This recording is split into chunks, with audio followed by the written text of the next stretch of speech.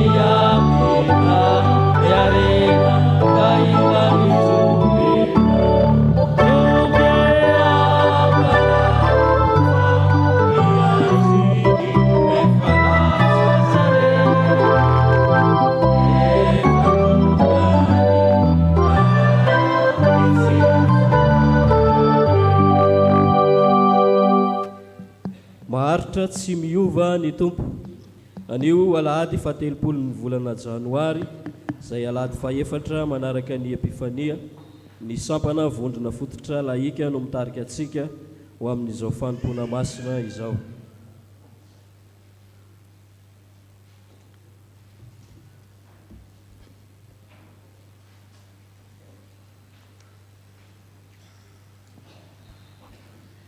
Dia ho ampitombona amintsika mandrakarivany ny fahasoavana sy ny fiadanan Jesosy Kristy tompontsika. Ndeha isika rehetra anomana ny fanahitsika, ny foa mampanahitsika isaotra sy ideran'Andriamanitra. Iarahantsika mamaky ny salamo 5:7. Salamo 5:7.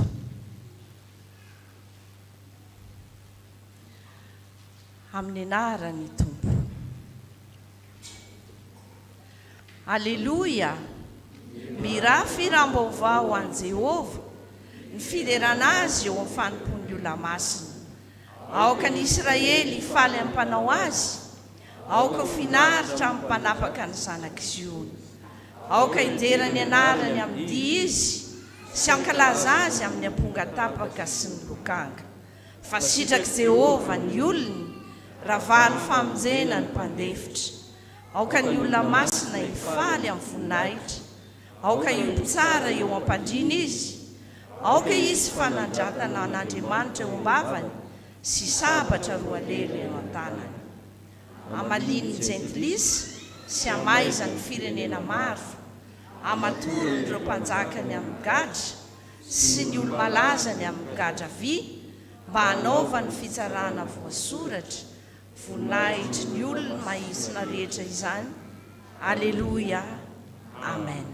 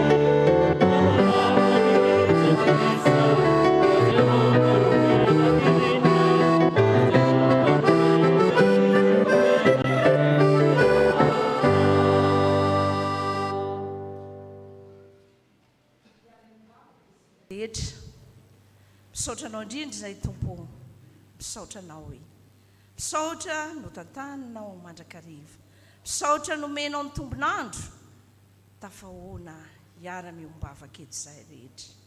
Misaotra indrindrako no ny amin'ny zavatra rehetra. Ianao manao hoe mahaiza misaotra amin'ny zavatra rehetra. Ianao ilay tsy miova, omaly, anio ary mandrakizay. Ary raha misy fiderana, misy ady, misy voninahitra dia ho anao irery ihany. Raha tonga eto izahay hiara itery, tonga eto izahay mangetaeta ny teninao, ary tonga eto koa izahay hanome voninahitra ny anaranao, dia mametraka izany eo ampelatananao. Dia mitenena Jehovah miaino izahay mpanomponao. Dia sitraka indrindrako ampiarahana amin'ilay vavaka tsara nampianarinao fa izay manao hoe raina eo izay any an-danitra, ho amasinany eny anaranao, ho tonga ny eny fanjakanao, atao any sitraponao ety an-tany tahaka ny any an-danitra. Omeo anay ny ozy anina sahaza ho anay, ary mamelana elokay tahaka namelana izy meloka taminay. Ary aza mitondra anay amin'ny fakapanahy, manafanay amin'ny ratsy, fanao ny fanjakana sy ny hery, ary ny voninahitra mandrakizay. Amen. azy malazatsika rehetra azo toerana ry avana.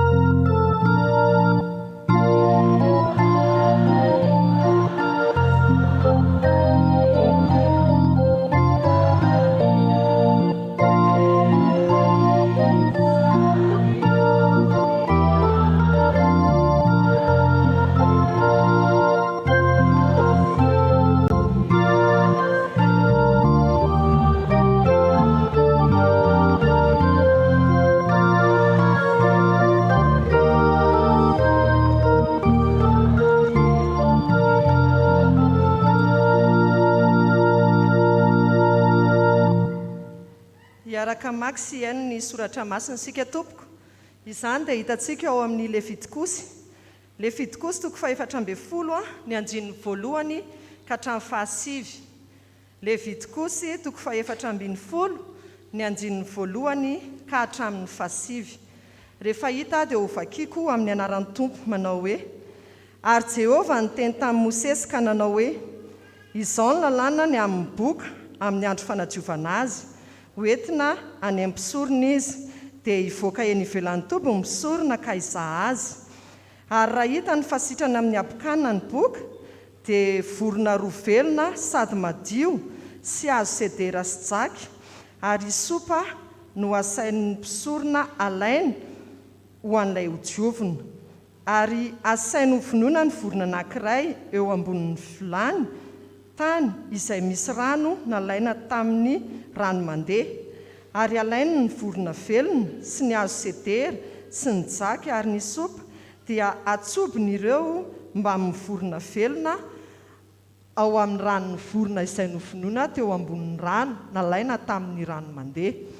Dia ho fafazany impito ilay hodiovina, dia ho afaka amin'ny abokany ka atao hoe madio, ary alefany ny vorona velona. Ary ilay hodiovina dia anasany fitafiany sy anaratra ny volondohany rehetra, ary andro amin'ny rano ka adio izy. Ary rehefa afaka izany dia ankeo atoby izy, kanefa hitoetra eo ivelan'ny ilainy avy-tony. Ary amin'ny andro fahafito dia anaratra ny volony rehetra izy, ka ny volondohany na ny somony na ny manjamasony, ny volony rehetra ho aratany avokoa, ary anasany fitafiana izy, sady andro amin'ny rano dia adio izy. Amen. Mbola itony vaky teny.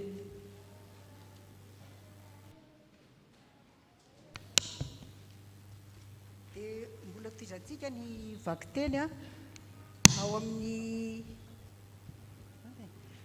epistily voalohany soratany Jaona. Epistily voalohany soratany Jaona toko 7 andininy voalohany ka hatramin'ny fahaenina. Epistily voalohany soratany Jaona toko 7 andininy voalohany ka hatramin'ny fahaenina. Amin'ny anaran'i Jesosy. Endre manao ahoana ny fitiavana nasehon'ny ray ho antsika, dia niantsony antsika hoe zanak'Andriamanitra, sady izany tokoa isika. Noho izany dia tsy mahalala antsika izao tontolo izao, satria tsy nahalala azy izy. Ry malala ankehitriny aza dia zanak'Andriamanitra isika, nefa tsy mbola naseho izay ho toentsika rahatr'izay. Fantatsika fa rehefa miseho izy dia ho tahaka azy isika, ka ho hitantsika izy amin'izay tena maha-izy azy. Ary izay rehetra manana izany fanantenana miorina aminy izany dia manadio ny tenany mba hadio tahaka azy. Izay rehetra manota no mandika ny lalàna, fa ny ota no fandikana ny lalàna. Ary fantatrareo fa izy no naseho mba hanaisotra ny ota, ary tsy mba misy ota ao aminy. Izay rehetra mitoetra ao aminy dia tsy manota, izay rehetra manota dia tsy hahita na mahalala azy.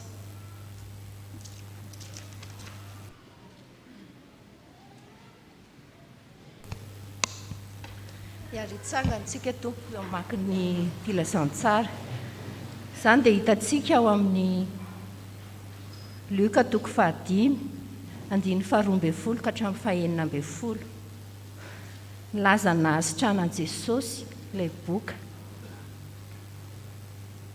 Ary raha tany an-tanàna anankiray Jesosy, indro nisy lehilahy eniky ny abokana, ary noho ny nahita azy izy, dia niankohaka ka nitaraina taminy hoe: Tompoko, raha mety ianao dia mahay manadio ahy.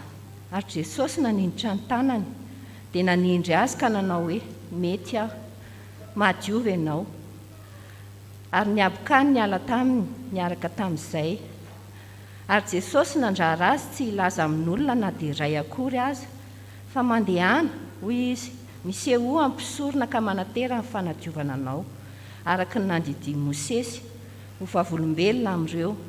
Fa maika elo bebe kokoa ny lazany, dia niangona ny vahoaka betsaka hiaino azy. Sy hositranony amin'ny aretina.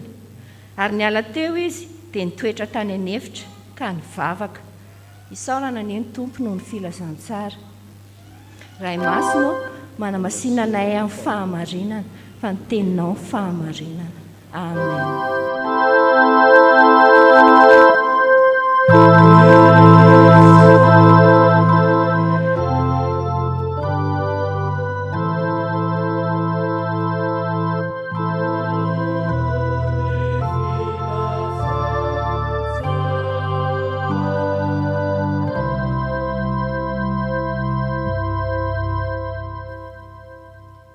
Hiara hivavaka tsika tompoko.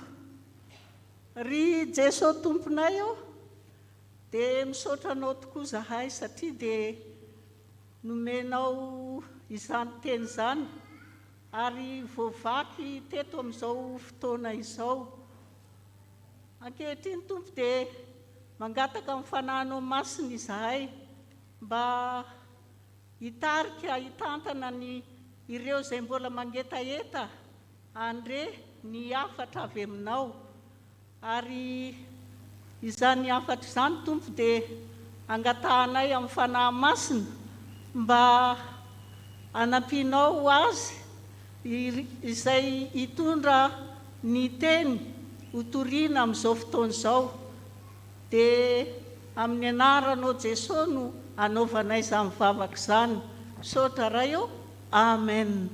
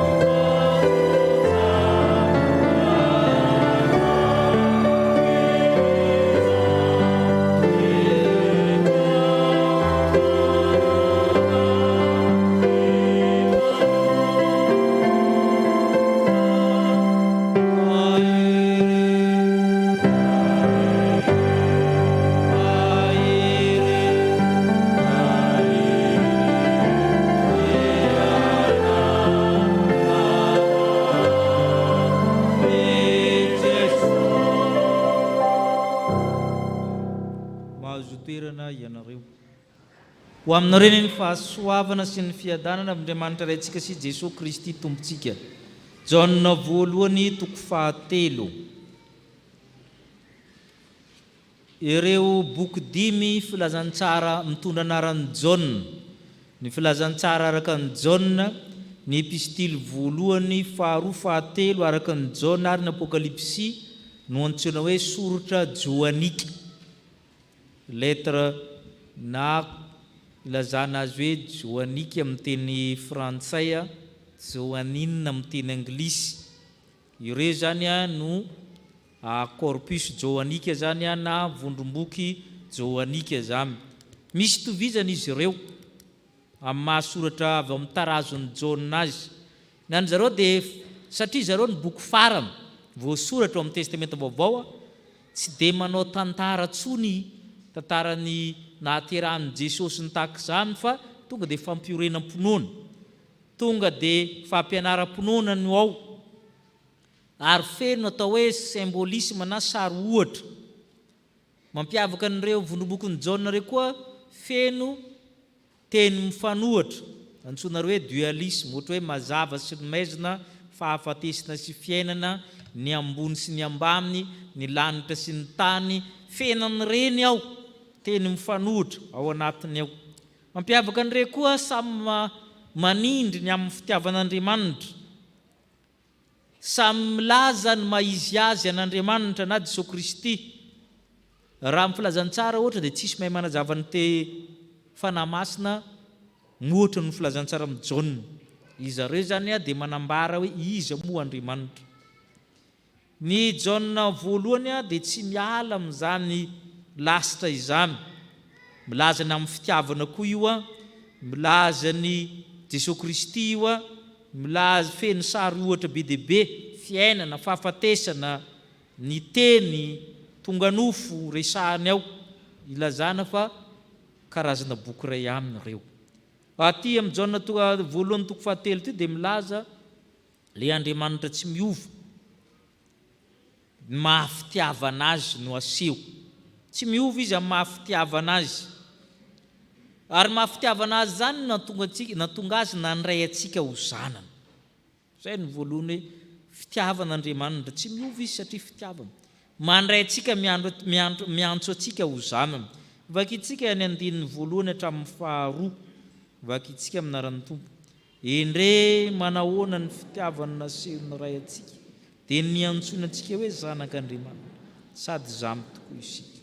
Ka noho izany dia tsy mahalala atsika izao tontolo izao, satria tsy nahalala azy izy, ry malala. Ankehitriny azy dia zanak'Andriamanitra isika, nefa tsy mbola naseho izay teritsika hatr'izay. Fa ahafantatsika fa rehefa iseho izy dia ho tahaka azy isika, ary ho hitatsika izy dia izay tena endriny tokoa.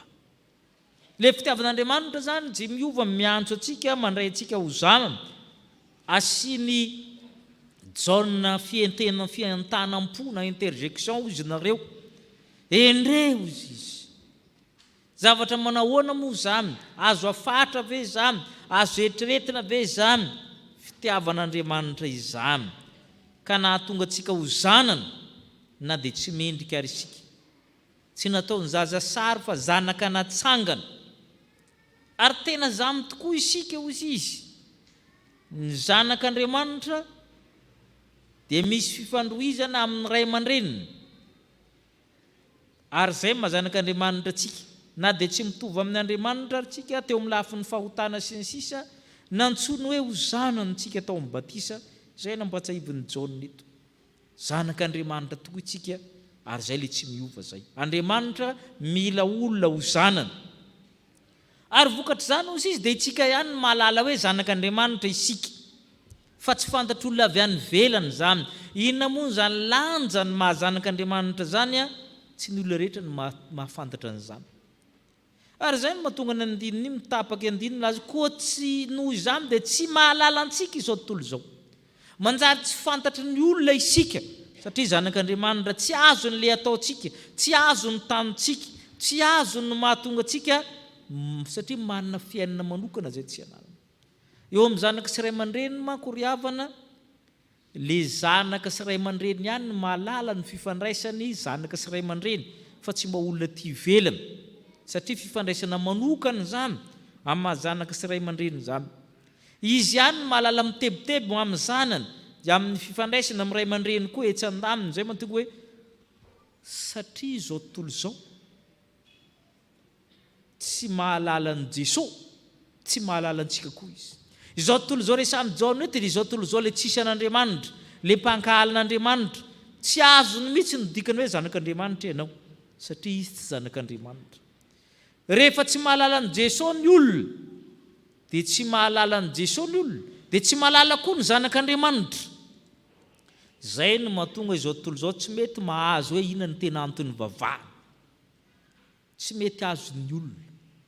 Ny sasany mieritreritra hoe vavahana dia fikambanana ny mpanao asa soa, ka rehefa tsy manao asa soa zany izy dia tsy fiangonana aminy. Raha amin'ny sasany zany dia ity chapelle ity idina fa ampidirina trabona boboka be, zay vao fiangonana izy. Ny fiangonana dia tsy fikambanana ny mpanao asa soa na dia manao asa soa ary, fa fikambanana ny zanak'Andriamanitra. Zay ny tsy azoan'ny olona sasany fiangonana hoe tsy azon'izao tontolo satria ny fiangonana koa raha mbola misy olana kare adala ao mpiangonanao tsy ho avy ao izy. Raha zany nietrehitra ao tonga mpiangonanao sa tsy ho tonga? Azonareo ve le fanontaniana? Irianina ary ohatra izao ny ataony na mandeha mivavaka, zay le feo manko, tsy zay le ataony. Raha hiandry ny olona rehetra ao mpiangonana hoendry ianao vao andeha mpiangonana, ankana mpiangonanao sa tsy andeha? Tsy ho avy eo anao mandramafy, tsy fikambanan'olon-kendry koa io, fa fikambanan'olona adala zay mila ny fahendren'Andriamanitra azy. Izay efa maritana zay ny tsy azon'izao tontolo izao inona tsara moa atao hoe zanak'Andriamanitra. Tsy fikambanan'olona marina koa io, hoe marina daholo izy tao, fa andala am-pahamarinana. Dia izay mahatonga hoe tsy mahalala antsika izao tontolo izao sy tsy fantany tsara izy natao hoe Jesosy. Le miteny hoe tsy ho avy ny mantso ny marina fa ny mpanota ibe. Ary zay mahandriamanitra azy zay tsy azon'ny olona dia izy miantso antsika ho zanany. Reno ny mbo zanak'Andriamanitra, ety nataony hozy ny sasany. Le Andriamanitra tsy miova mahatonga ny mandefitra amintsika amin'ny rahampanana ka miantso antsika ho zanany, manenina izy raha mamely antsika amin'ny loza. Zay ny tsy azon'ny olona. Zay tsy miova ny fitiavan'Andriamanitsika amin'ny mahazanany azy. Fa ny dikan'izay koa nefa isika dia voailika eto amin'izao tontolo izao satria zanak'Andriamanitra. Misy koa nefa ny zanaky ny devoly. Ka tsy mahagaga raha iliky ny olona ianao tsy dia namany ianao tsy dia maharitra ianao mitoerana anankiray sy ny takan'izany satria zanak'Andriamanitra ianao.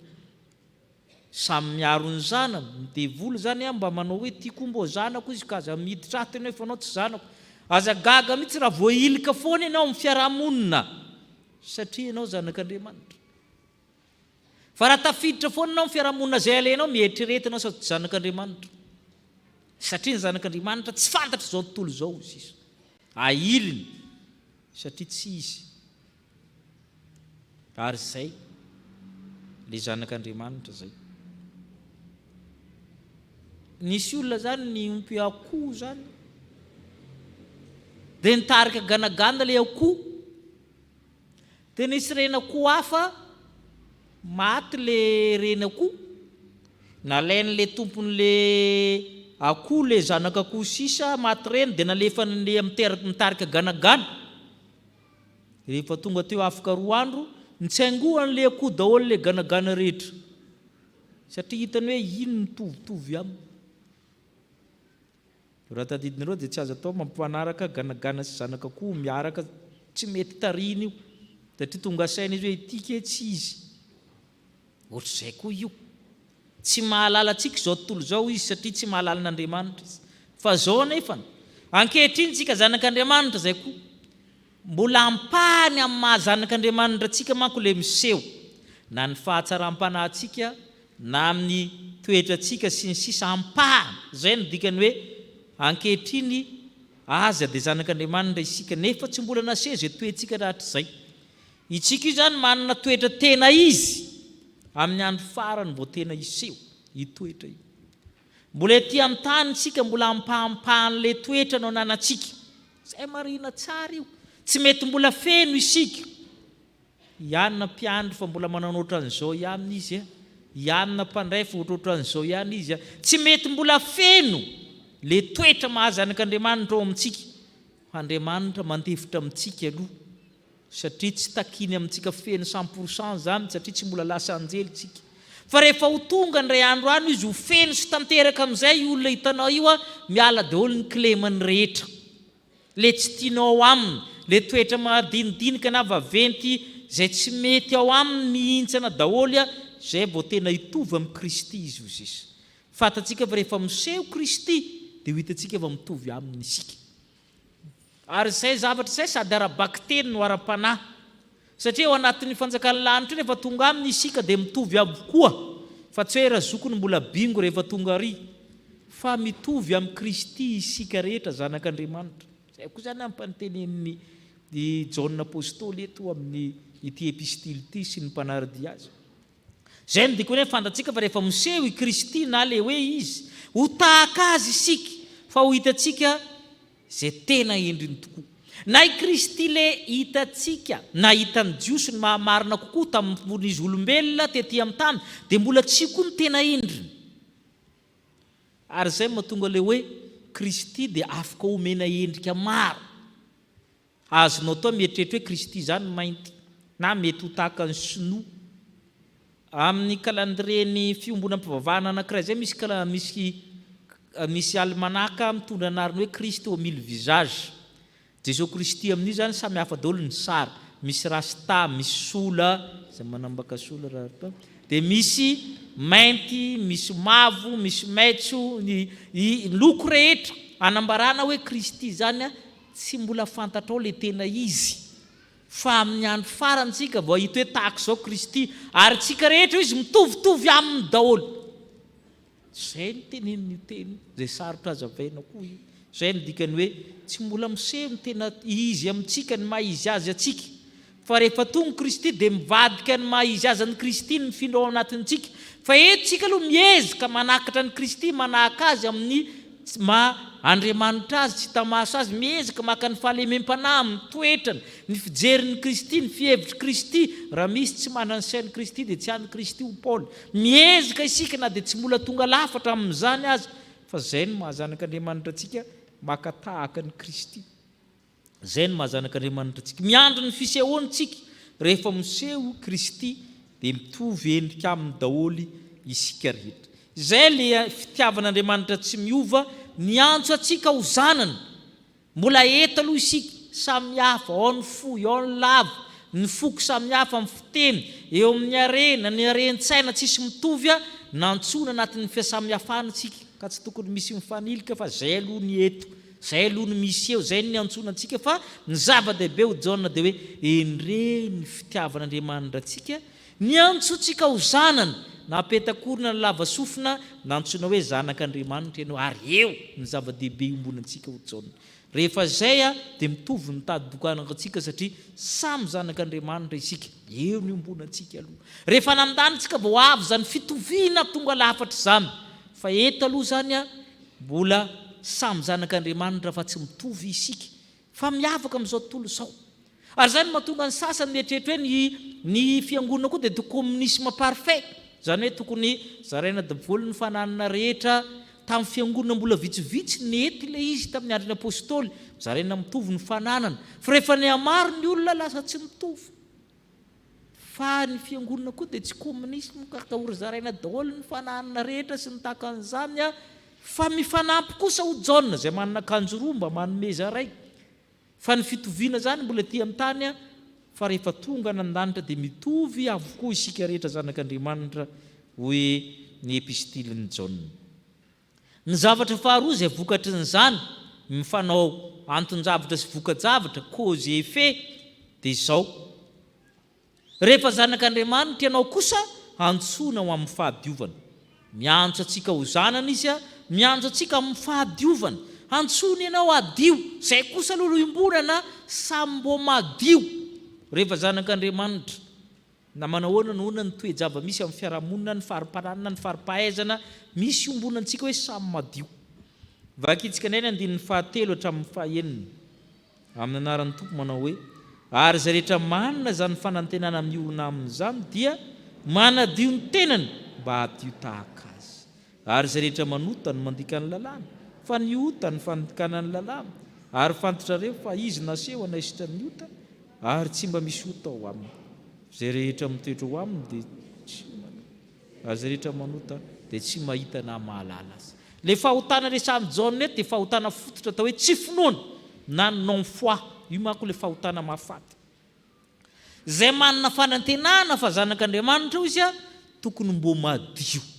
Tokony mba miezaka mba madio tahaka azy. Zay manana fanantenana zany madio tahaka ny zanak'Andriamanitra. Tsy manao tahaka ny sasany manany ihany hoe anam-pianarana manko mifanany aminy dia fampitsikira le ray aman-dreny. Enao zanaka datista nefa nifinao sosina hozy ny sasany. Enao zanaka mpanao kiraro nefa ny kiraronao rofotra hozy ny sasany. Misy tokoa ny zavatra ohatran'izany tsy arakaraka le atao atranao le atao atsy ao anatiny. Dia reko dia misy zavatra zany hoe fitantana ianao dia ahoana. Dia zay le mbo madio tahaka azy. Madio tahaka azy. Ary zay no ampianarin'ny Jaona antsika hoe ny ota ny fandakan-dalàna teo hoe madio eto dia tsy mandika ny lalàna. Zay no voalohany. Samy mitandrina lalàna amin'ny tompo fa ny ota dia fandikan-dalàna. Na teo hoe fahotana eto dia mandika lalàna izy ny lalàn'Andriamanitra. Ny faharoa ny ota tsy finoana. Manome famaritana ota roa izy ny ray fandikan-dalàna ny ray tsy finoana. Non foi. Ka ny zanak'Andriamanitra izy a tsy tonga amin'ilay tsy finoana zany satria tsy hainy zany. I Jesosy Kristy nanala tsy finoana io nanaisitra ny fahotana nitondra ny fahotantsika izy. Ao amin'ny Jesosy Kristy tsisy ota. Ka raha manana Jesosy Kristy ianao a miala amin'ny ota ianao. Miala amin'ny fandikan-dalàna ianao. Miala amin'ny tsy finoana ianao. Zay no dikan'izay. Zay no dikany hoe madio eto miala amin'ny tsy finoana miezaka mba tsy handika ny lalàna. Zay le hoe madio eto. Ny ota mahafaty dia ny tsy finoana. Ka rehefa tafaray amin'ny Kristy ny olona dia afaka amin'ny tsy finoana io. Izay rehetra mbola manota ozy izy tsy mahalala ny Kristy raha miverimberina amin'ilay ota ianao. Fa ny olona efa nalala ny Kristy tsy miverimberina intsony amin'ilay ota efa niala aminy teo. Satria efa maty miaraka amin'ny Kristy ny fahotana. Jesosy manko rehefa nifantsika amin'ny fijaliana mifantsika eo koa isika. Rehefa mitsangana amin'ny maty, Jesosy mitsangana amin'ny maty koa isika fa le fahotantsika tavela ry amin'ny azy fijaliana ry. Fa ny olana lasa indray tsika manongotra n'le fahotana ry alaitsika ndray. Kanefa efa nifantsika tary le izy. Zay le tsy eken'ny Jaona hoe tsy manota tsony ny zanak'Andriamanitra fa matoy ianao mbola nahaka an'io a tsy tena maty tsara. Misy olona manko tsy maty tsara, vonoina tsy mety maty. Vonoina satria mpanota, atsangana satria zanak'Andriamanitra. Zay ny tsara. Zay le batisa, ny batisa dia famonoana antsika mihitsy, vononontsika satria mpanota, atsangana satria zanak'Andriamanitra. Ka ny olana tsy maty tsara le ny vonoina, vonoina ka tsy mety maty. Zay no olantsika, tsy mety maty. Dia inona? Lasa horaire satria ny vonoina ihany fa tsy maty. Dia horaire zany aveo zany zombie. Satria tsy mety maty, zombie tsy mety maty. Tsy mety maty nefa koa tsy velona, sa tsy zay? Dia misy kristianina zombie zany. Zay le tandremana ho Jaona eto tandremana zany. Fa tokony madio isika satria efa natsoboka tao amin'ny Kristy dia madio. Teo amin'ny Jiosy manko tamin'ny didin'ny fahotana ny abokana. Zay no dikan'ny Levitikosy io. Ny abokana zany égale fahotana. Raha vao manota amin'ny olona dia boka zany Miriam efa avy boka, Arona efa avy boka tao amin'ny satria nanota tamin'ny Mosesy. Ka ny olona boka rehefa sitrana teo amin'ny Jiosy zany mieritreritra ny Jiosy hoe Andriamanitra rery ihany no mahay manasitrana ny boka satria fahotana io. Ka rehefa sitrana izy tsy miverina satria ny boka teo amin'ny Jiosy dia roana miala amin'ny fiarahamonina. Rehefa mandeha izy dia miala 10 mètres. Sady miantsoantso hoe maloto hoe amin'izay miataka amin'ny olona. Ny boka dia azo vonoina avy hatrany, tsisy tribunal satria olona efa maty zany io amin'zareo. Ka raha sendra sitrana io amin'ny Levitikosy dia arahany mpisorona maso aloha sao dia mbo tsy izy. Mandro anatin'ny 7 andro. Zay le hoe midio. Zay vao amarinina manao fanatitra zay vao miverina amin'ny fiarahamonina. Ohatra izay koa isika bokan'ny fahotana isika.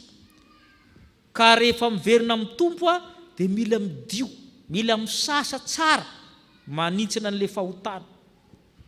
Zay koa ny resahana amin'ny lioka ny vakiana teo. Jesosy Kristy ny boka tsy azo kasikasihana.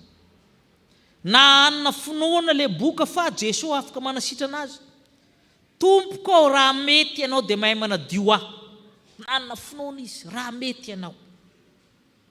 Jesosy nikasika azy, zay zavatra fady amin'ny Diosy, mikasika boka zany fady. Zay le fitiavan'Andriamanitra zay. Itsika koa dia boka ny fahotana amin'izay rehetra nataontsika fa nikasihany Jesosy. Mitenenany hoe mety ahmadiovy ianao dia niala taminy ny abokany. Ahoana ho Jesosy mandehana miseho ampisorona aloha very fiaina tsara dia manatera fanatitra anadiovana anao. Zay le hoe efa nidioviny Jesosy mba miezaka amin'izay ianao. Efa mba midiovina amin'izay ianao, mba miezaka indray ianao. Niza izy natao batisa dia mitafy an'i Kristy. Zay natao hoe pedagogian'Andriamanitra. Dioviny ianao dia miezaka amin'izay mba hadio foana. Izy io anie ataontsika amin'ny ankizy fa tsy hampiarintsika amin'ny fiainany. Inona no nataonao fa meriko foana ilay fanontaniana. Ampianarina madio na ny ampianarina madio ny zanakao vao nasiana fitafiana. Sa nasiana fitafiana aloha vao nampianarina madio. Mety misy tsy tafy na 520 taona azy raha azoko tsara. Sa ahoana osonareo? Raha atao hoe ampianarina madio aloha vao amena fitafiana. Azonareo ve ilay izy? Hatramin'izao raha zokony ary mety mbola tsy tafy amin'ilay izy, mbola boridina foana. Tanareo fa omena fitafiana aloha vao ampianarina madio. Fa tsy hoe ampianarina madio vao omena fitafiana. Tsy mitovy zany le mianatra milomano sy ny fitafiana. Mianatra milomano ny rano ny tena ahaizana azy. Ary zay koa zany fampianaran'Andriamanitra. Ny antsony zanany ianao. Nantsony zanany dia nidioviny dia mandehana amin'izay izy mba mahalala madio. Ary raha sendra maloto sinahy ianao na ranon Jesosy zanany izy maninona? Manadio antsika ho afaka amin'ny tsy fahamarina. Zay le fitiavan'Andriamanitra. Zay le fitiavan'Andriamanitra. Mba vakitsika hoe le Galatiana toko 7.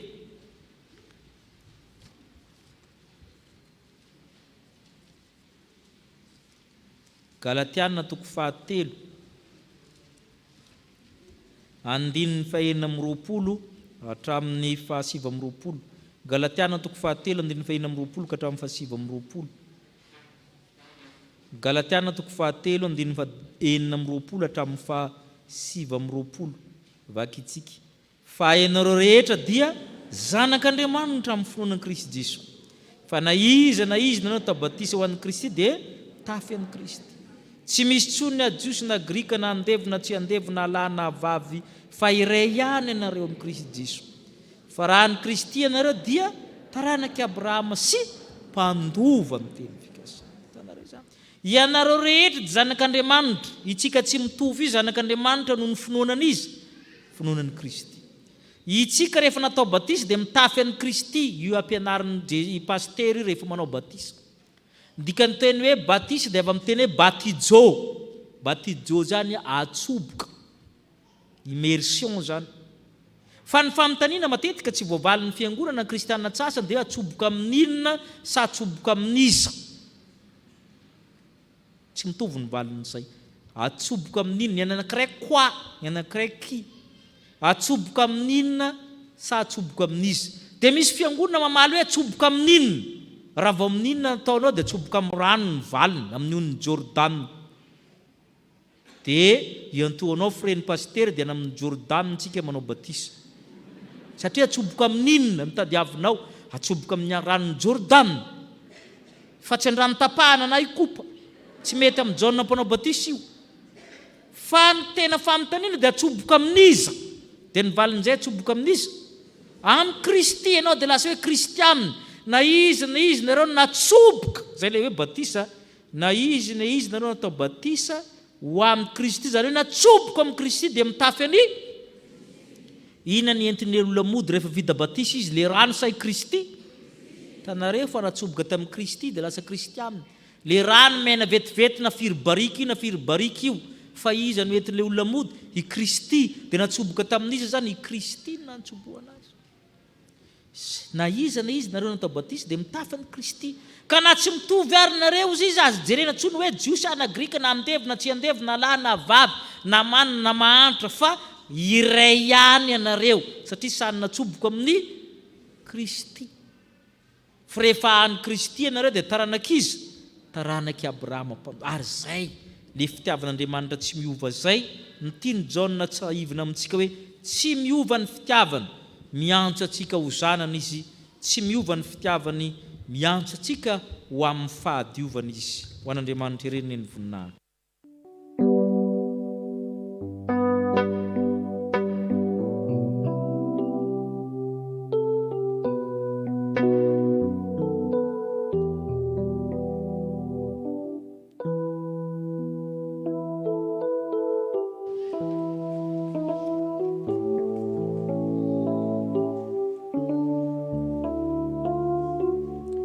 Manoloana izany sitrapon'Andriamanitra nambarany tamintsika izany ry havana, andehantsika rehetra hiaiky ny tsy fahamarinantsika, ny tsy fahataterahantsika, hanaraka ao am-potsika izao vavaka izao, hivavaka isika. Ry Andriamanitra rainay, o Andriamanitra tsy miova ianao, mitahiry famindram-poa, ka na dia efa tezitra taminay aza dia manenina noho izany mba mindra fo aminay indray ankehitriny. Indray ny fitiavana asehonao aminay dia ny antsonao anay rehetra ho zanakao Andriamanitra. Manoloana izany ry Tompo Andriamanitra anefa dia betsaka aminay no maneho fihetsika, fiteny, maneho asa mifanohitra amin'ny sitraponao ka tsy mendrika ny atao hoe zanakao izahay. Maro aminay ihany koa ny tsy maharitra fakapanahy ka na dia efa voasaraka tamin'izao tontolo izao noho ny fahalalana tsara ny Kristy aza dia mbola misy ny miaina sy manaraka ny fanaon'izao tontolo izao. Mifona aminao izay Andriamanitra, satria Andriamanitra madio ianao ihany koa no manadio anay ho afaka amin'ny tsy fahamarinana rehetra. Koa indreto izay rehetra ankehitriny izay efa natsona ho zanakao, mifona miaiky ny tsy fantaterahanay ka maneho amin'ny fonay ao anatin'izao vavaka manginy izao ny fiankekeloka izay andrasanao aminay ankehitriny.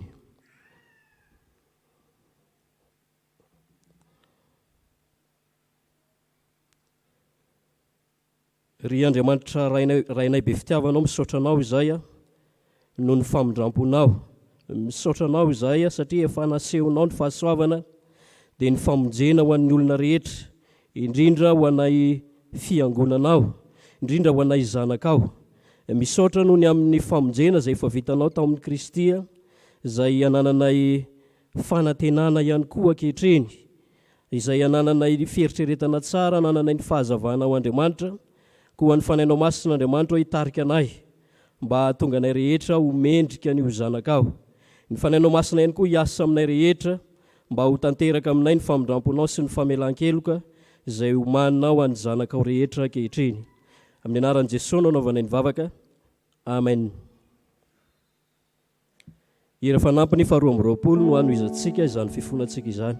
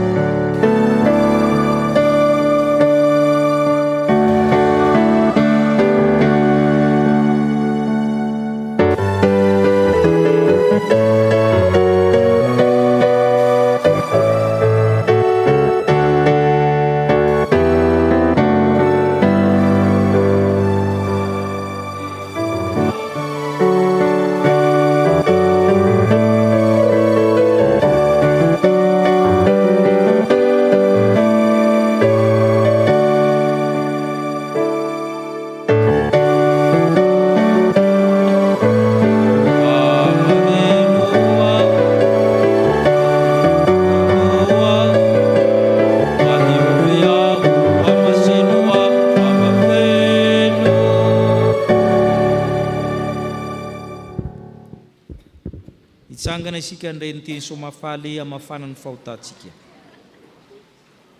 Ony tompo, fitiavana mandrakizay no tiavako anao, ary zany nampaharetako famindrampo anao.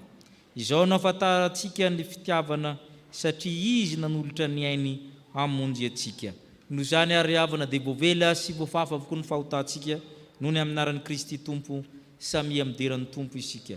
Sambatra ny olona izay voavela amin'ny elony, sy voasarona ny fahotana. Sambatra ny olona izay tsy sain'i Jehovah eloka, ary tsy misy fitaka ny fanahiny. Amen. Oraintsika ny hery voalavitra.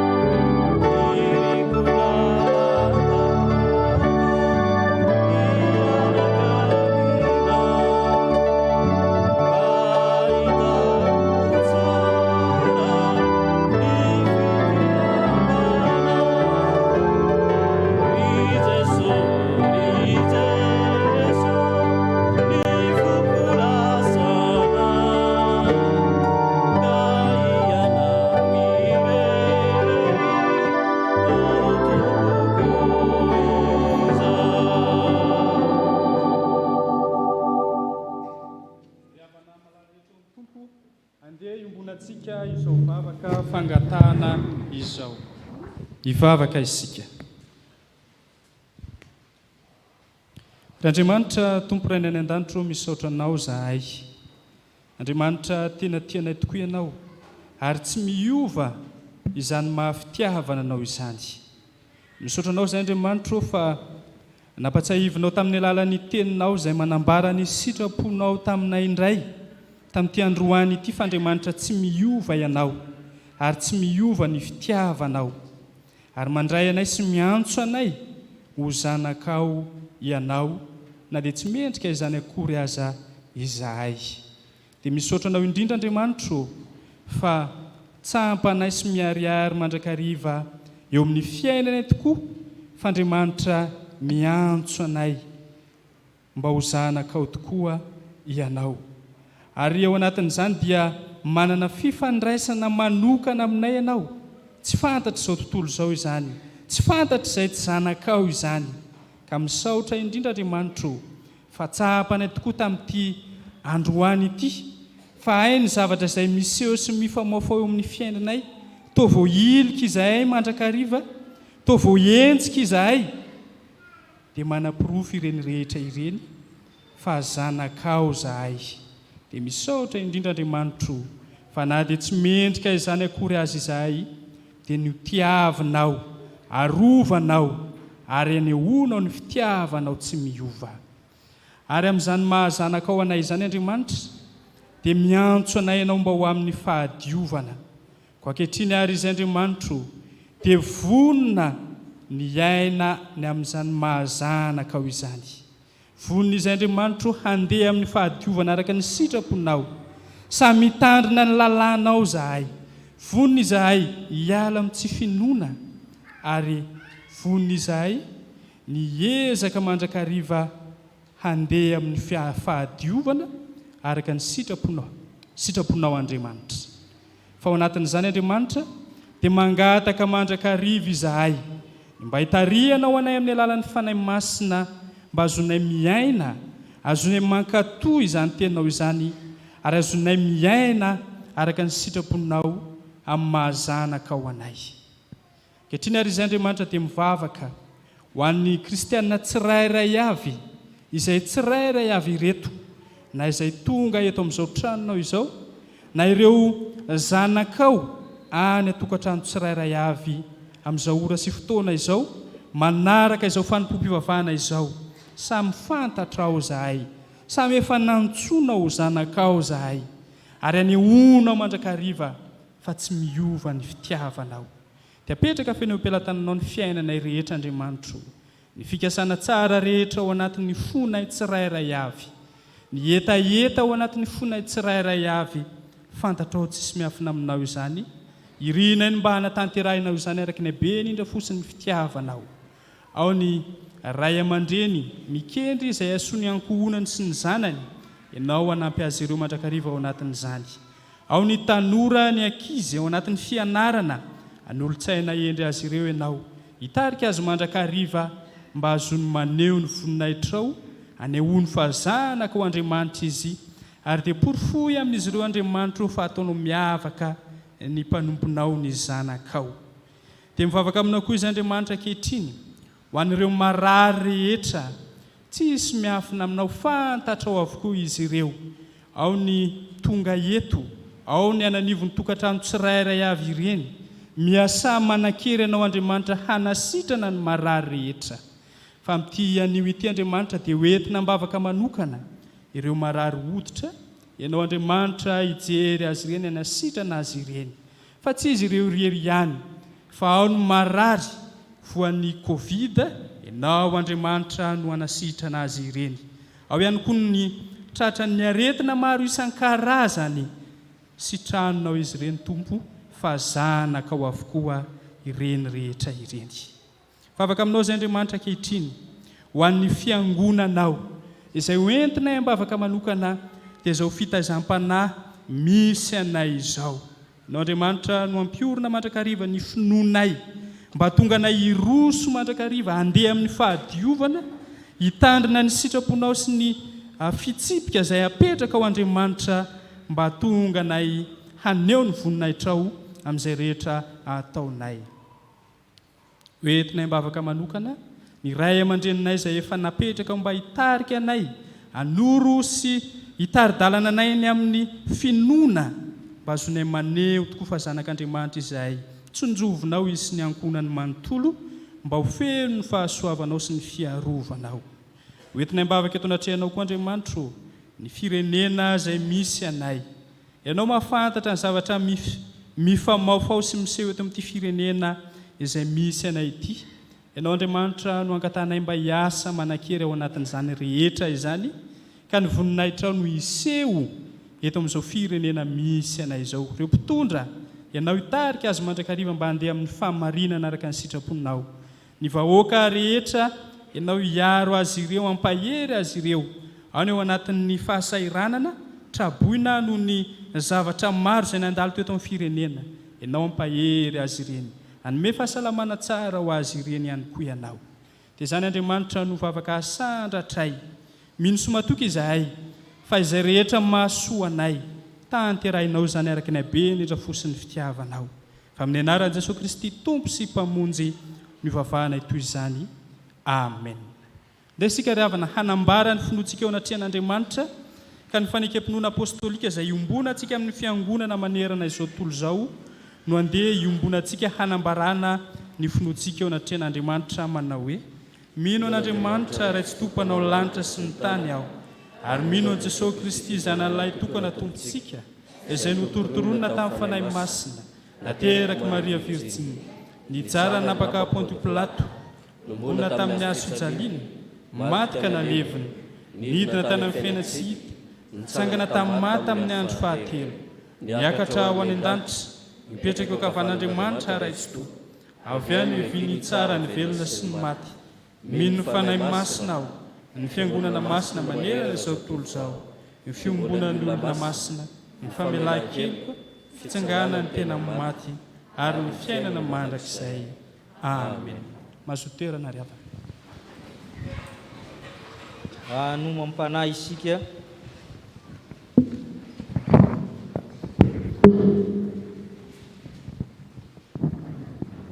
hitsangana ny mpanefana sany tompo rehetra na ny eto amin'ny fiangonana ny any amin'ny tokantrano tonga amin'ny fanomanam-panahy fanaontsika isam-bolana isika 300 ny andininy fahaefatra 300 ny andininy fahaefatra no raitsika.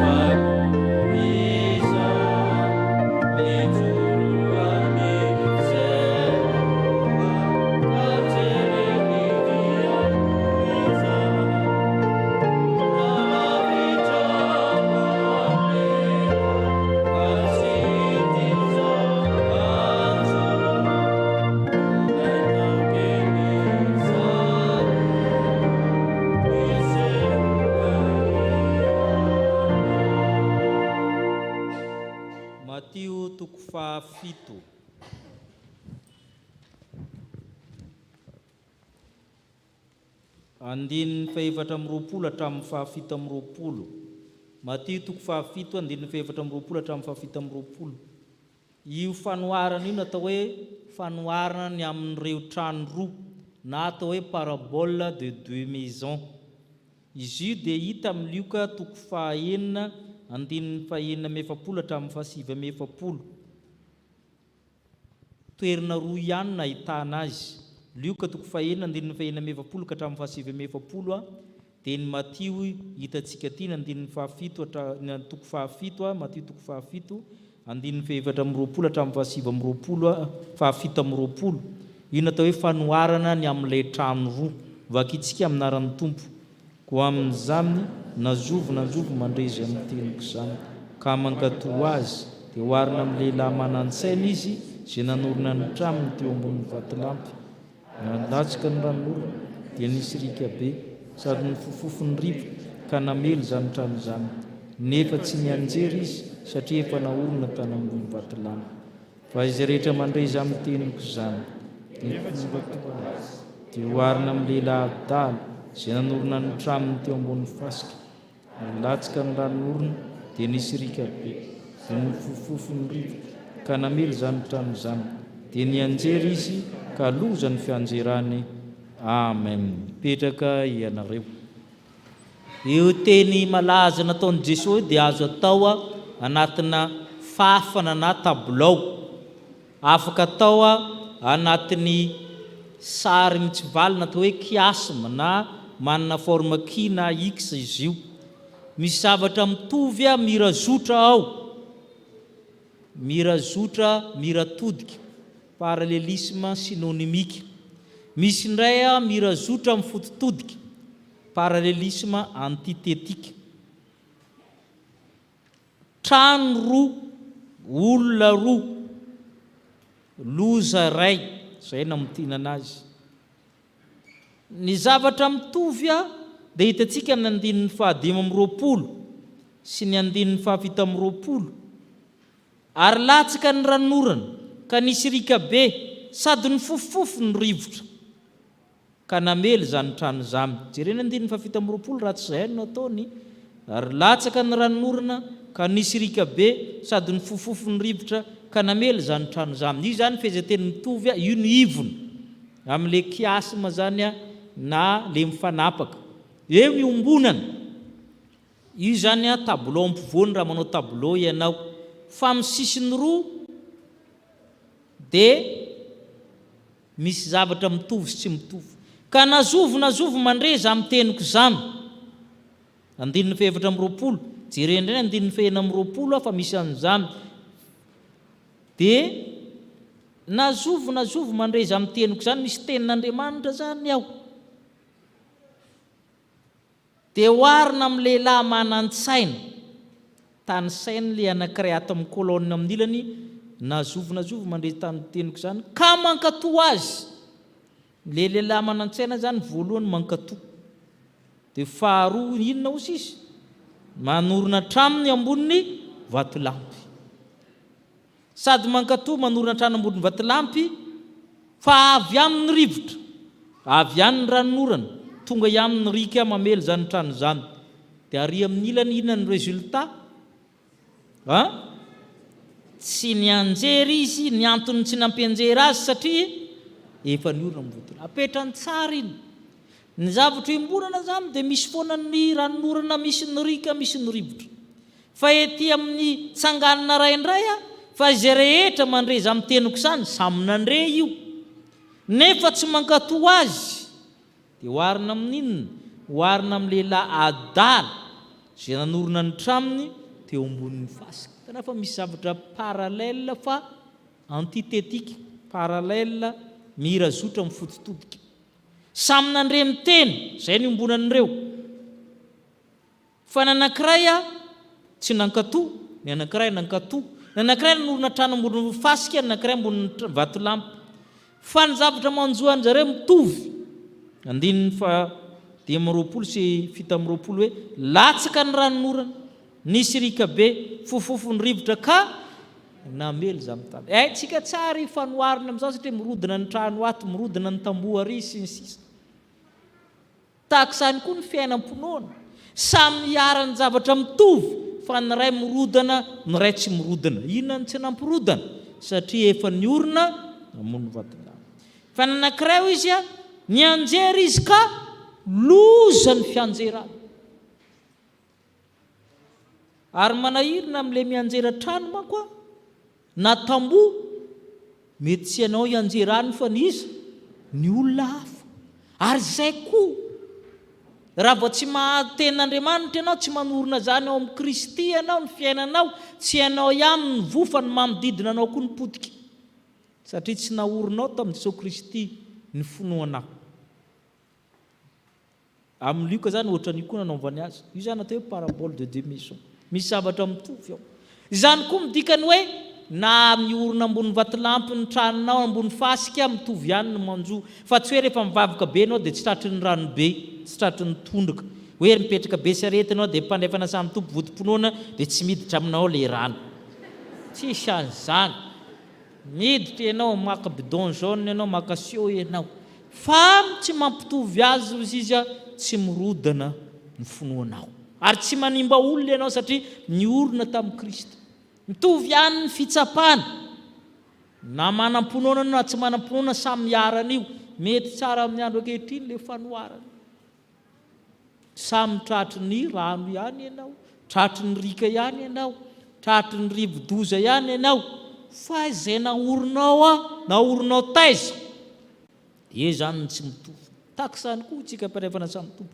miorina amin'inona moa ny finoanao amin'ny anaram-piangonana amin'ny fijerenany hafa samy miorina amin'ny Jesosy no andaranao mankaty sa mandeha ranona dia mbo mandeha ianao sa tsy andeha ianao satria ranona mandeha ao miorina ambony fasika ianao zay fa raha miorina ambony vatolampy ianao tonga ary zay dia marinina tsara hoe tsy fandosirana akory ny loza ho avy ny finoana fa reo tranoroa reo samy miarany ranonorana ny rika ny rivotra zany hoe samy mety arary samy mety ravatrano samy mety anjadiny fahantrana isika fa adisoam-panantenana fa mampiavaka azy a izay le hoe ny farany tsy mitovy ny anjera le anankiray tsy ny anjera satria tamon'ny vatolampy izy ka mampahery atsika amin'ny tenin'Andriamanitra fa samy tsapaina isika rehetra amin'ny zavatra rehetra fa hita eo zay mateza hoe volamena tena izy sa hafa rehefa elaela dia hitanao fa maloto le volamena anankiray tsy feno tsara izy ohatr'izay koa zany ny ampianarin'ny tompo atsika hoe zay mahatonga azy misy zavatra mirazotra ao a fa misy zavatra mifanotra zay mahatonga azy ahorona aiza moa le trano amin'ny vatolampy ny teniny Andriamanitra amin'ny renantsika ny trano ivelany atsika vakina le teny zany a le tapany voalohany ihany ny vakitsika zany a le ho antsika ny 420 sy ny 520 ho vakitsika ary fa itsika tsy hamaky an'le ny anjera zany vakitsika ko amin'izany nazovo mandreza amin'ny teniko zany ka mankatoa azy dia hoarina amin'ny lehilahy manan-tsaina izy zay nanorona ny tramony teo ambony vatolampy ary latsaka ny ranorona ka nisy rika be sady ny fofofo ny rivotra ka namely zany trano zany nefa tsy nianjera izy satria efa naorona teo ambonin'ny vatolampy ivavaka isika ianao Jesu Kristy ny vato fehizoro na iza ny mianjera amin'izany vato zany dia mongomongo ary zay re anjera aminy dia potipotika tompo mampianaranay anorona ny finoanay eo amboninao Jesu Kristy fa ianao ny lalina sy fahamarinana ary fiainana vavako an'ny mpanefana sany tompo rehetra na ny marary na ny salama na ny miasa ny anan-tokantrano manaraka izao vavaka izao mba ho lehilahy endry sy manan-tsaina izy ireo vehivavy lehibe mahatratra ny ohatry ny finoana ka manorona ny finoany ao amin'ny Kristy Jesosy rery aminy fa tsy mba hisy zavatra hafa no mampanahy izay amin'ny fanasan'ny tompo ianao Andriamanitra no anomana anay na izay mandray aty amin'ny fiangonana na izay mandray ara-panahana ny tokantrano ho ambany fahasoavanao ianao Kristy ny tena raisinay amin'ny alalan'ny teninao ka efa ao aminay ianao ko taio ny mpanefana samy tompo rehetra naiza misy azy misaotra tompo amen iroso amin'ny vaovaon'ny fiangonana isika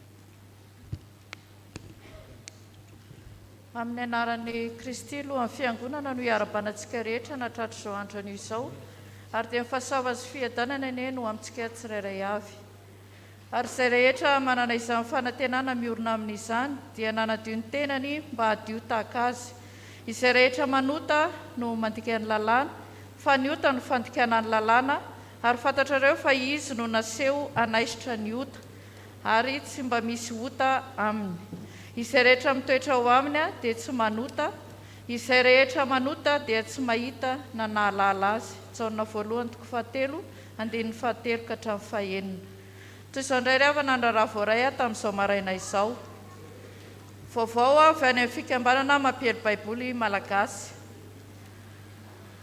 ampitombona aminareo ny fasavana ampiadanana avy amin'Andriamanitra ray sy zanaka ary fanahy masina araka ny soratra masina voalaza dia mibanjina aloha hevitra anankiray hafa indray isika amin'ity taona 2024 ity izay manao hoe teny mamelona teny mampitombo misaotra an'Andriamanitra trany ny FMBM amin'ny fiarahamentantsika fiangonana ho fiatrehana ireo fanamby ny asa fampelezana ny baiboly amin'ny alalan'ny aladin'ny baiboly mankasitraka ny fiangonana sy ny kristiana tsirairay avy tamin'ny rakitra sy ny fanomezana ny taona 2024 ary indrindra ny vavaka izay minasandratra ho an'ny asan'ny FMBM ny tenin'Andriamanitra izay mamelona ny fanantenana ao anatintsika ene ampitombo ihany koa ny finoana miasa amin'ny fitiavana ary hitahirantsika amin'ny fiombonana koa ny alahady 17 ny volana febroary ho avy izao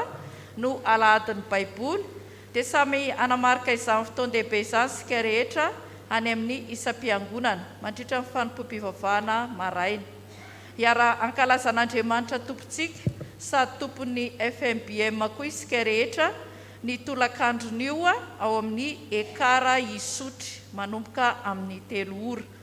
Ny fanohanana samihafa ataontsika ho an'ny asan'ny fikambanana mampely baiboly dia sady hery no fampitaovana lehibe azona mifantokatrany amin'ilay viana hoe Madagasikara eniky ny fahalalana an'i Kristy amin'ny alalan'ny soratra masina. Manonona ny fiadanan'ny tompo ho amin'ny fiangonana manontolo. Misy ny valopy izay nefa nozaraina amintsika ry havana dia amin'ino anatanterantsika izany fanomezana izany izay atao amin'io alahady 17 ny volana febroary io. Ho anao izay tsy nahazo an'ilay valopy dia afaka manao amin'ny valopy tsotra dia asio ny anarana, ny maribola ary ny adresy. Misy ihany koa ny vavaka lefa eo amin'ny radio fahazavana izay niainga amin'ny toromarika avy any amin'ny filohan'ny FJKM ka misy ny atombavaka maro samihafa izay nozaraina ary ny faharetan'izany vavaka izany dia 2 minitra. Koa raha misy linany mba hanao an'izany vavaka izany dia manatona ao ambiraon'ny sekretariat maka ireo atombavaka izay tiany ho atao amin'izany. Vaovao avy eto toerana. Araka ny tetiandro ny volana febroary dia hemotra amin'ny fotoana mamety azy ny fiofanan'ny tompon'andraikitry ny sampana sy ny dekona rehetra. Vaovao avy any amin'ny sampana sekolelahady amin'ny volana marsa no miverina mianatra ny mpianatra sekolelahady. Miverina ny taniketsa rariva amin'ny 3. Anjaran'izy ireo no mandeha ny manjakandriana ny alahady 9 volana febroary. Ampatsahivina amin'ny mpampianatra sy ny komitin'ny sampana sekolelahady fa isika no makany manjakandriana amin'ny andro manentana fahatongavantsika rehetra. Afaka manatona mpampianatra sekolelahady ny ray aman-dreny sy ny mpianatra mba aka ny famitinan-desona. Sampana Dorcas, fiadanan'ny tompo ho amintsika rehetra. Anio hariva dia misy ny fampianarana izay atao eto am-piangonana manomboka amin'ny 2 ora sasany tolakandro. Ary amin'io koa no fifampiarabana na tratry ny taona vaovao ary anasana ireo solotena isa-tsampana birao fiangonana ny mpitandrina. Ny talata 15 ny volana febroary izao ihany koa dia misy ny komity lehibe an'ny Dorcas izay atao eto am-piangonana manomboka amin'ny 9 ora sasany maraina anasana ireo solotena isa-tsampana anatrika izany ary mangataka antsika dekona ihany koa hanao ny asa fandaminana ny amin'ny fandraisana ireo vahiny manotrona amin'ny fotoana io. Sampana tanora kristianina miarabantsika amin'ny anaran'i Jesosy Kristy. Ny firaisan'ny sampana atao any manjakandriana ny 12 ny volana febroary dia antsoina isika mpianakavin'ny finoana isoratra anarana mialohan'ny 15 ny volana febroary ho avy izao. Ho antsika ny anatin'ny sampana dia manoratra anarana amin'ny sampana izay misy azy, fa ho an'izay tsy ao anatin'ny sampana kosa dia manoratra ny anarany ao amin'ny sekretariat. Manantena ny fahatongavantsika ho maro ho voninahitr'Andriamanitra irery ihany.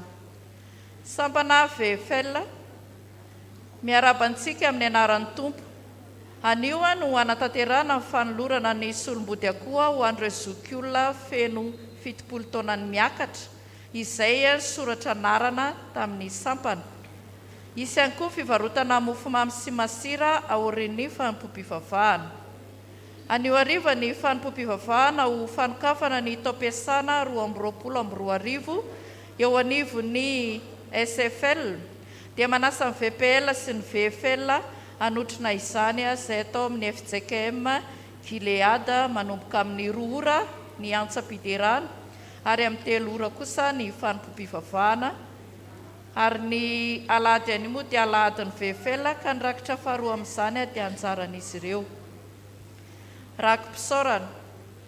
Rakim-pisaorana atolotra ho an'ny mpitandrina 3 mirahalahy sy ny sampana fifoazana. Fa tamin'ny fahafenony no nandraisantsika rehetra dia fahasoavana anampy fahasoavana.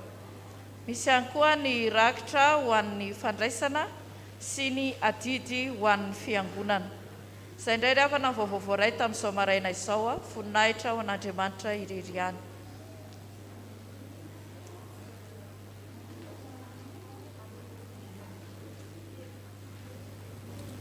Misaotra ny tompontsika ny amin'izany raharaha zany. Fivelena antsika ny navitany fanamasinana fanambadiana reto zanantsika. Andre miavitra ravoky ny aina Joanna sy raha vao mangatiana na Valerianina. Azanao zareo. Ary amin'ny ilan'izy zareo dia miarahaba anareo ny fiangonana. Raha miandry soratsy valaka ny safidy sy raha leçon andy tatiana.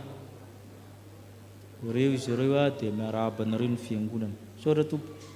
Manolotra an'izany no misakany hoentan'ny batisa hoentsika mbavaka ny zazakely Rasolo Fisamby ny Sotaina tolotro ny ray aman-dreniny Rasolo Fisansandy Mampionina sy Rahalala Jaune Obinirina Taina.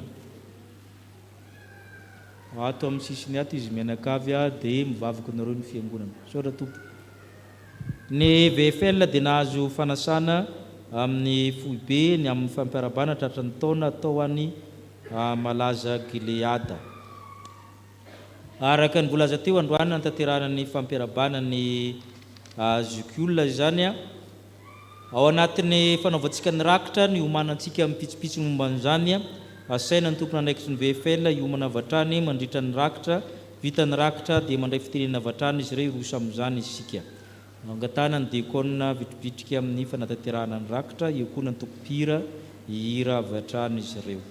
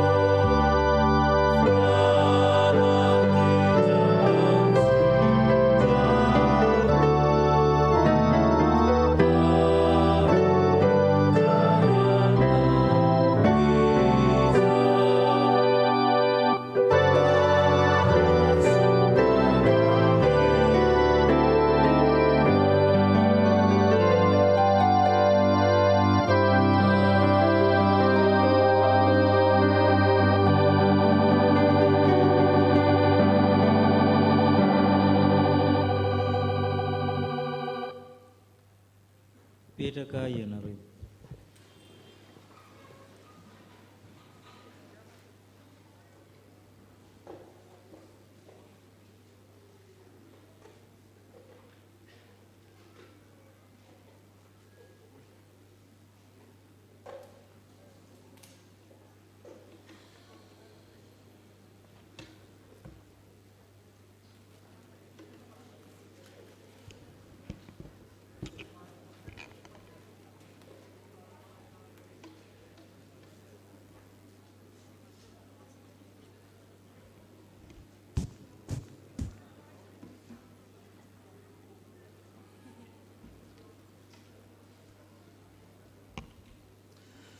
Inona no ataonareo mihoatra noho ny sasany.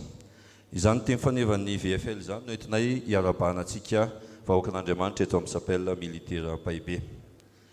Ary misaotra an'Andriamanitra ihany koa isika ny amin'ity androandroany ity izay natokantsika hiarabanan'ireo ray aman-drenitsika eto amin'ny fiangonana. Misaotra ny mpitandrina ny biraom-piangonana. Nanaiky na tanterahan'izany tety andro zany tamin'ity volana janoary ity. Misy telopolo ny isan'izy ireo izay nisoratra anarana, 7 taona ny zokony indrindra. Miaraba anareo izahay ry ray aman-dreny ary ny ten'Andriamanitra nindra aminay dia ao amin'ny Korinthiana 2:5 andininy 9:20 manao hoe mirena tsara aza miova ary ampianay amin'ny teny fanevantsika manao hoe maharitra tsy miova ny tompo. Ho fandaminana dia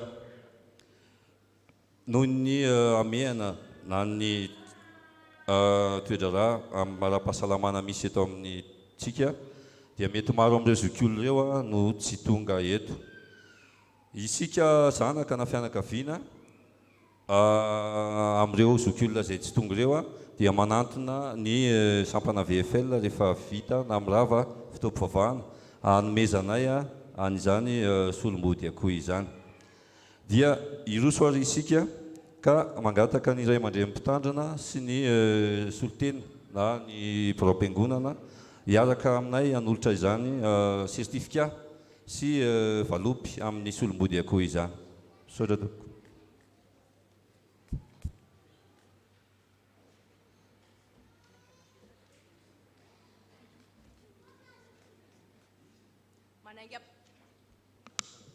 Manaingam-panajana Andramatoa sy Ramatoa isany Razana Malala Elisabeth 70 taona.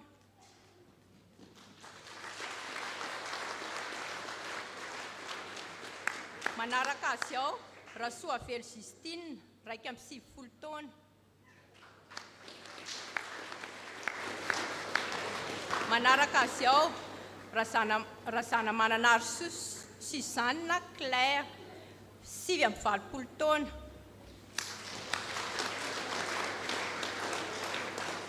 Manaraka azy ao Ravaoarsoa Charlotte Noeline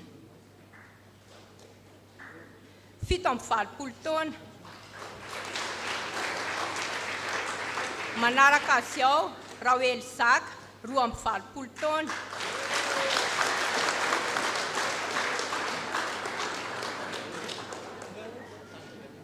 Manaraka azy ao Rahary Miaja Harsoa Alice 20 taona.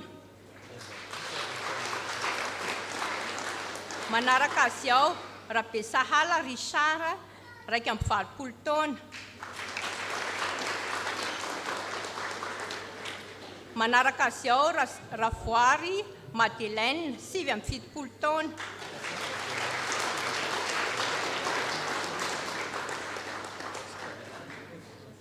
Andriarmanana Pierre 70 taona.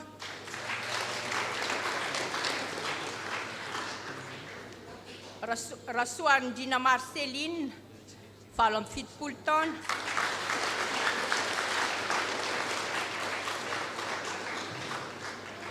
Razafindrasotra Alphonse 70 taona.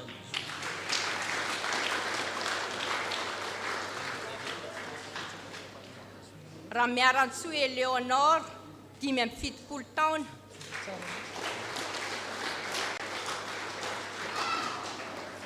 Rabe Mananjara Charles 70 taona. Rafelo ary manana Perline 5 taona.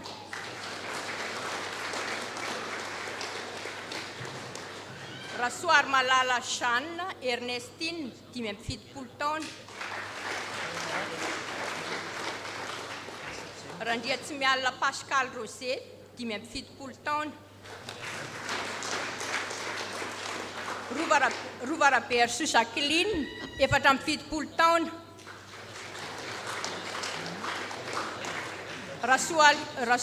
Rasolhery Ertsimba 7 taona.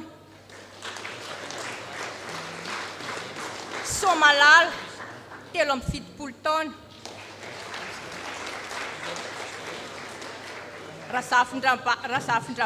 Razafindrabavy Juliette 7 taona.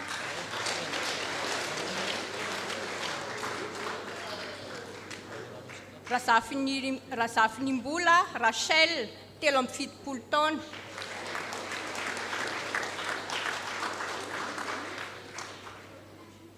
Rasoary Nandrasana Emma 7 taona.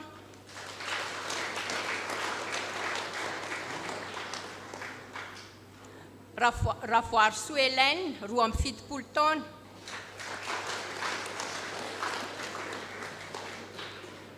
Manaraka azy ao Rakotojavy 7 taona. Rakotonirina Jean Wilson 7 taona.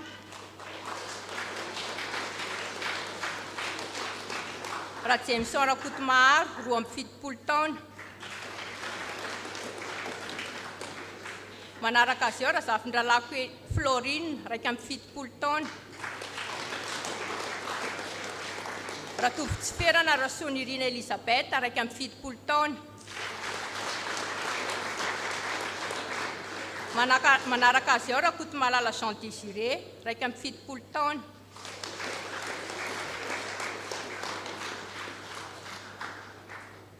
Maniery Lalao Raymond 7 taona. Manaraka azy ao Razanajafy Martin 7 taona.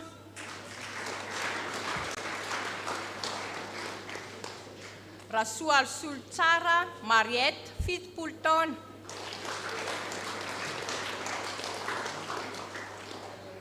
Randriamamonjy Gilles 7 taona.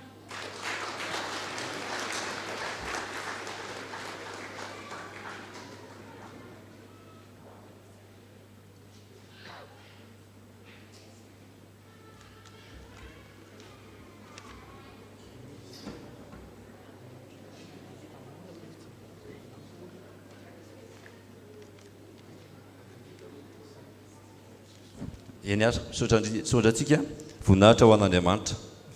Izay ny 3 voatonona dia araka nyvoalaza teo nisy ireo tsy tonga dia manantona ny sampany eto ahafahana mame ny certificat sy ny solom-body akoho.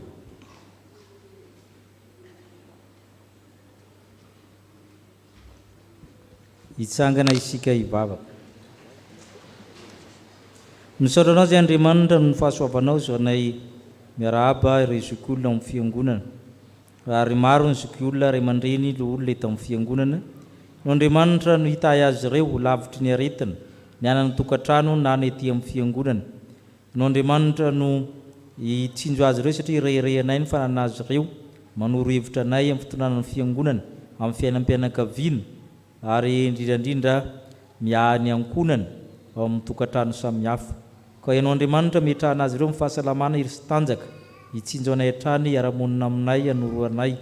Ka ny fahasoavanao Andriamanitra ray fitarona amin'ny Kristy Jesosy tononay amin'izy ireo ny fiadananao. Amen. Mipetraka tsika dia tehaka mafy ho an'ireo zokiolona eto amintsika. Hitsangana isika marina ny fotoana amin'ny hira voalahatra.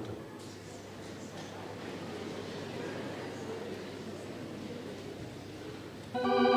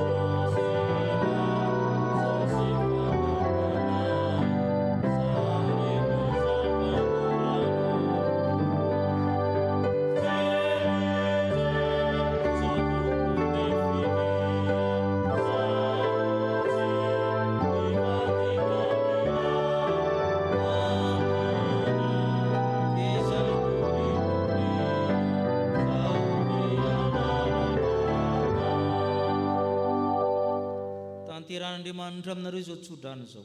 Andriamanitra ny fiadanany ena masina anareo ka hoarovana ny fanahinareo, hoarovana ny ainareo, hoarovana ny tenanareo, tanteraka nareo tsy hanantsina amin'ny fiavian'i Kristy Tompontsika. Hotahina raha mandeha, hotahina raha mitoetra, hotahina raha an-tsaha, hotahina raha an-tanàna, hotahina raha miditra, hotahina raha mivoaka ny tokantranonareo. Amen.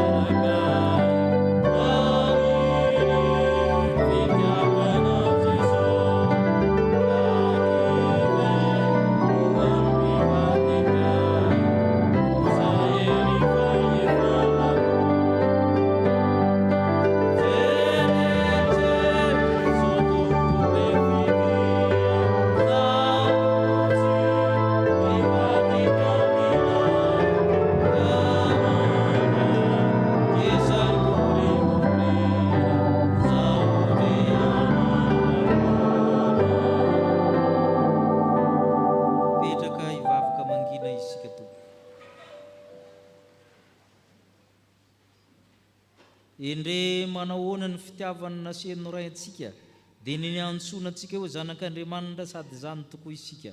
Ary izay rehetra manana izany fanantenana miorona amin'izany dia manadio ny tenany mba hadio tahaka azy. Ho an'Andriamanitra irery ny voninahitra amin'ny anaran'ny Ray sy ny Zanaka ary ny Fanahy Masina. Mandehana amin'ny fifalian'ny tomponareo.